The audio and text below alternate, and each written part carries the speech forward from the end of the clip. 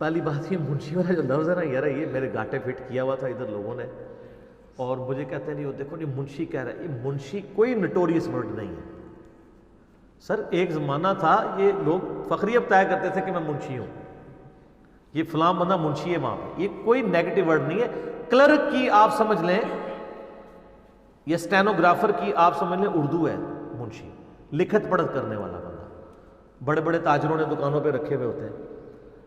Even یہ منشی والی جو حدیث صحیح مسلم کے اندر آتی ہے نا کہ حضرت معاویہ رضی اللہ تعالیٰ عنہ نبی الاسلام کے منشی تھے، یہ علامہ وحید الزمان صاحب نے خود منشی ترجمہ کیا ہوا ہے، لیکن وہ سر پرانی صحیح مسلم میں کیا ہوا ہے، جو صحیح مسلم پہلے چھپی تھی نا جس کا پی ڈی ایف ہے، اب جو پرنٹ کیا مکتبہ اسلامیہ نے انہوں نے اس کو نا کاتب لفظ کر دیا، تو منشی لفظ کوئی نٹوریس نہیں ہے، آپ کاتب کہہ لیں بے شک۔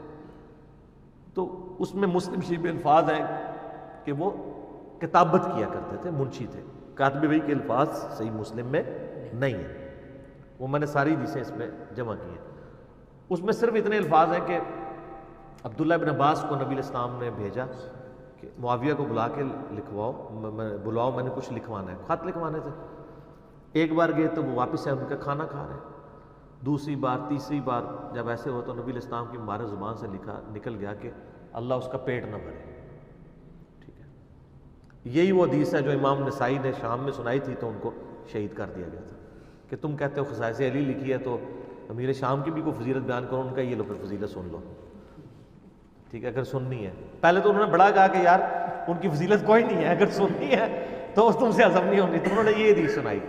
اچھا، اس حدیث سے نا وہ کہتے ہیں نہیں جی یہ تو دعا دی ہے ان کو،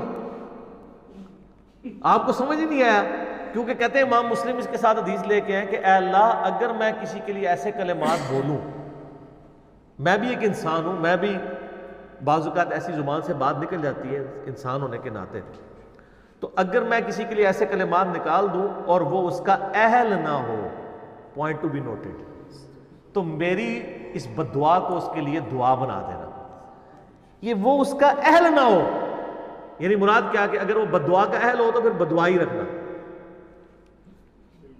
یہی مطلب ہوا نا، اگر وہ اہل، اب وہ یہ اب بعد میں ہم ڈیسائیڈ کرتے ہیں یہ بددعا بنی ہے یا دعا بنی ہے۔ یہی حدیث دلائل النبوہ امام بیہقی کی کتاب میں آتی ہے، اس کتاب کا نام ہی بتا رہا ہے کہ اس میں سے رزلٹ کیا نکلے۔ دلائل النبوہ وہ کتاب ہے جس میں نبی علیہ السلام نے جو پروفیسیز دی تھی نا کہ مستقبل میں یہ ہوگا اور وہ پورا ہو گیا، اس کے اوپر یہ 3500 احادیث پہ مشتمل امام بیہقی کی کتاب ہے۔ عمار کو ایک باغی جماعت قتل کرے گی، یہ بھی دلائل النبوہ میں ہے، اور وہی ہو گیا، ٹھیک ہو گیا۔ اسی کانٹیکسٹ میں دیکھنا ہے اس کتاب کا ٹاپک کیا ہے۔ اب یہی حدیث جب امام بیہقی اس میں لے کے آتے ہیں تو وہ کچھ بتانا چاہ رہے ہیں نا کہ نبی اسلام نے کسی کو بددعا دی تھی تو وہ بددعا پوری ہو گئی، ٹھیک ہے نا، تبھی وہ غیبی خبر بنے گی نا، تو حدیث لے کے آئے ہیں۔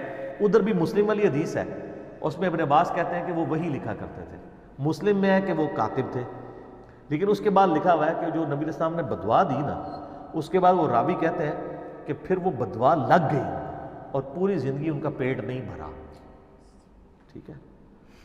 لیکن اللہ معافی دے وہ حدیث بھی یاد ہی لکھتے ہیں۔ وہ شیخ زبیر صاحب نے بھی ایک مضمون لکھا تو وہ لکھ دیا وَكَانَ يَكْتُبُ الْوَحِي، کاتب وحی والی بات لیتے، میں اسے کہتا ہوں کہ پوری آپ بات بیان کریں۔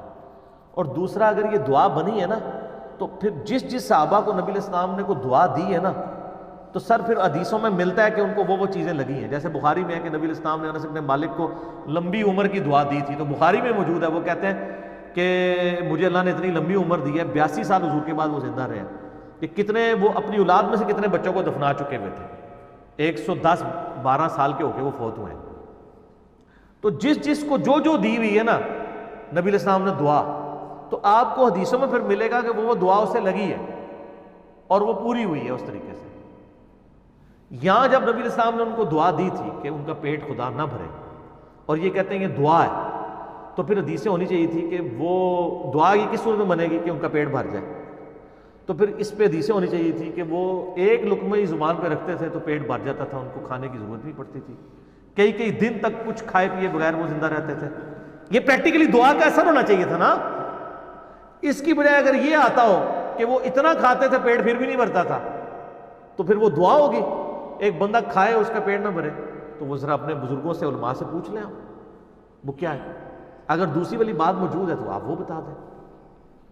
بلکہ الاوائل کتاب ہے امام ابن ابی عاصم کی, اس کتاب کا نام یہ ہے کہ دنیا میں پہلے کام کون کون سے ہوئے. یہ جو حدیث ہے سب سے پہلے اللہ نے قلم کو پیدا کیا, یہ وہ حدیث لے کے آئے ہیں. الاوائل کتاب میں لے کے آئے کہ نبی علیہ السلام فرمایا میری امت کا پہلا شخص جو میری سنت کو بدلے گا وہ بنو امیہ سے ہوگا.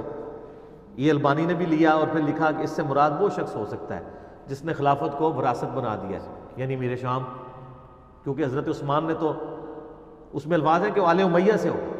یہ بھی الاوائل میں ہے کہ پہلا شخص, الاوائل میں ایک ہے کہ پہلا شخص جس نے جمعے کا خطبہ بیٹھ کے شروع کیا وہ امیر شام تھے, کیونکہ ان کا پیٹ بڑا تھا تو وہ کھڑے ہو کے خطبہ نہیں دے سکتے تھے, دعا لگی ہوئی تھی نا. تو وہ جو دعا ہنسنا نہیں, اس پہ آپ ہنسیں گے تو وہ ہنسی کو لے کے بیٹھ جائیں گے, وہ کہیں گے علمی بات نہیں ہوگی, ہنسی اپنے اندر ہی رکھیں آپ. تو مطلب بات یہ کہ وہ پھر اور طرف چل پڑتے ہیں. تو ہم کہتے ہیں یہ دیکھیں آپ ساری چیزیں, ہمیں نہ مجبور کریں کہ ہم ان باتوں میں اور مزید آگے جائیں. میرا یوٹیوب پہ کلپ بھی ہے کہ حضرت معاویہ کاتب وہی تھے. ہم کہتے ہیں بالکل ہے لیکن بات پوری بیان کریں, پک اینڈ چوز نہ کریں, پوری بات امت کو بتائیں. پھر سلف کا فام بھی بتائیں, جو آپ سلف کے فام کا رونا روتے ہیں کہ امام بیہقی نے اس کے ساتھ کیا لکھا ہے کہ ان کا پیٹ نہیں بھرا. یہ نہیں لکھا کہ وہ تھوڑا سا کھاتے تھے تو کئی دن تک پیٹ بھرا رہتا تھا.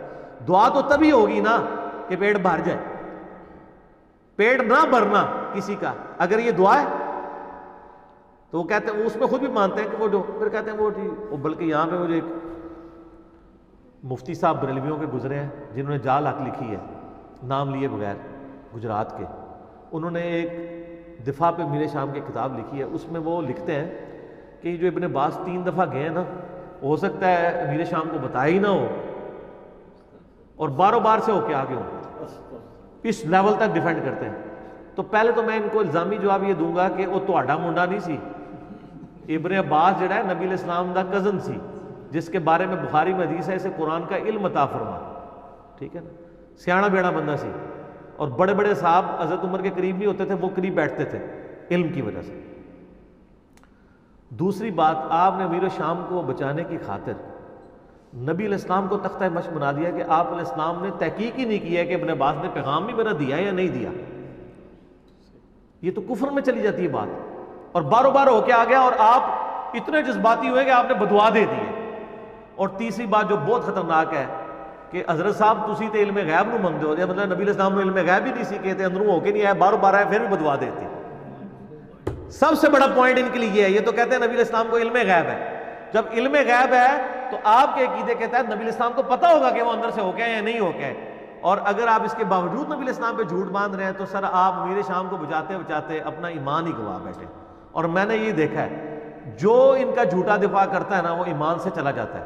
کیوں چلا جاتا ہے؟ اس لیے کہ صحیح مسلم میں حدیث ہے 240 نمبر حدیث, مولا علی کہتے ہیں اس ذات کی قسم جس نے اناج کو دانے کو پھاڑ کے نباتات اگائے اور مخلوقات کو پیدا کیا, نبی امی نے مجھ سے یہ لیا تھا کہ اے علی تجھ سے محبت نہیں رکھے گا مگر مؤمن, تجھ سے بغض نہیں رکھے گا مگر منافق. تو سر جو جھوٹا دفاع کرے گا ایمان سے خارج, سچا دفاع ہم کرتے ہیں کہ ہم ان کے کلمے کا احترام کرتے ہیں, انہیں مسلمان سمجھتے ہیں, ٹھیک ہے جی, ہم ان کو منافق اور کافر نہیں کہتے. اور شیعہ کا بھی یہ موقف ہے, اس کی وجہ یہ ہے کہ اگر شیعہ کہتے ہیں کہ اگر ہم ان کو کافر کہہ دیں نا تو ہمارا مقدمہ ہی ختم ہو جائے گا.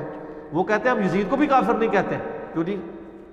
اسی طرح ہے نا شیعہ کے ہاں, وہ کہتے ہیں اگر ہم کہتے ہیں کافروں نے مارا تو ہمارا رونا پیٹنا ہی بند ہو جائے گا, کیونکہ ہمارا تو غم ہی یہی ہے کہ مسلمانوں نے مارا ہے, ٹھیک ہے نا جی. باقی قانونی مسلمان, حقیقی مسلمان, اس کا فیصلہ اللہ کے پاس رہنے دیں. کوئی فیصلہ نہ کریں آپ اس طرح کا کہ جس کی وجہ سے آپ کے لیے مصیبت کھڑی ہو جائے. ٹھیک ہو گیا جی.